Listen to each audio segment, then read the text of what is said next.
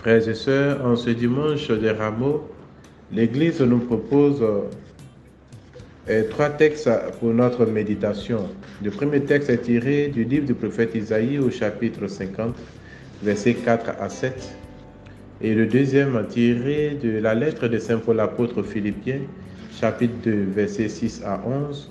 Et la lecture de la Passion de notre Seigneur Jésus-Christ selon Saint Luc au chapitre 22, verset 14, au chapitre 23, verset 56.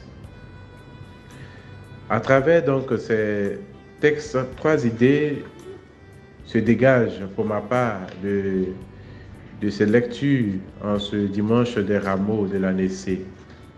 La première idée qui nous est donnée par le prophète Isaïe est cette idée inspirée de l'écoute de la parole de Dieu, de l'écoute en général.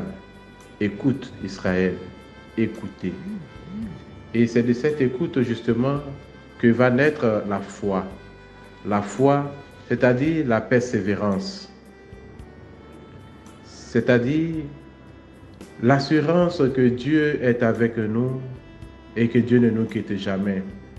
Quelles que soient nos difficultés, quelles que soient les vicissitudes que nous traversons dans la vie, Dieu se montre toujours présent et il nous parle.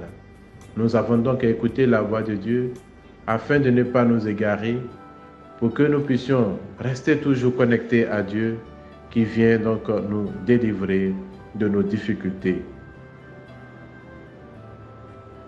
Nous devons donc, dans la confiance, accomplir la mission que Dieu nous a confiée. Et la première mission que Dieu nous confie, c'est d'écouter sa parole. Écouter sa parole afin de la mettre en pratique. Et l'écoute de la parole de Dieu se fait donc au quotidien. La deuxième idée qui nous est proposée par l'apôtre Paul dans la lettre de l'épître, dans l'hymne de l'épître aux Philippiens, c'est justement la gratuité. Autrement dit, la grâce. La grâce qui nous est donnée dans l'obéissance que nous avons justement, dans l'obéissance que nous avons de Dieu. Obéir à Dieu nous obtient la grâce, c'est-à-dire la gratuité. Non pas parce que nous avons fait quelque chose et que nous méritons une récompense, non, mais parce que Dieu lui-même veut nous accorder ce qu'il nous donne de façon gratuite. Parce que entre nous, si Dieu devait nous accorder ce que nous voulons selon nos mérites, nous savons que nous n'obtiendrons rien de la part de Dieu. C'est pourquoi Dieu nous donne sa grâce, Dieu nous donne de façon gratuite. Et cette gratuité s'obtient justement dans l'obéissance à l'image du Christ qui a obéi à Dieu dans la plus grande perfection.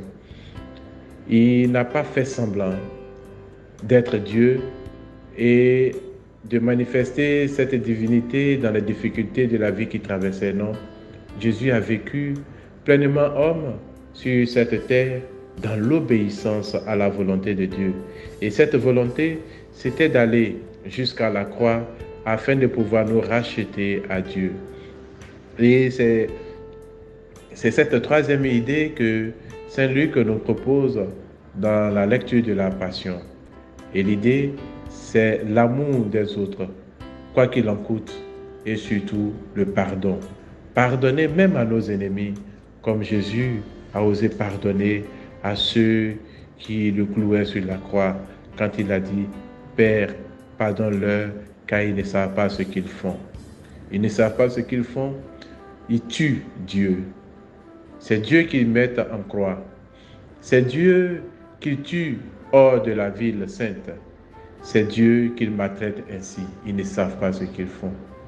Oui, aujourd'hui, on pourrait aussi dire « Seigneur, pardonne-nous, car nous ne savons pas ce que nous faisons. » Nous ne savons pas ce que nous faisons lorsque nous péchons, lorsque, dans notre ignorance, nous piétinons notre frère, nous haïssons notre prochain.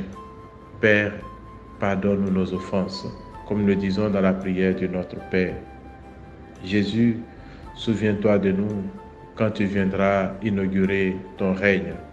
Que ta volonté soit faite et que ta parole nous éclaire chaque jour afin que nous puissions, avec toi, gagner le règne de Dieu.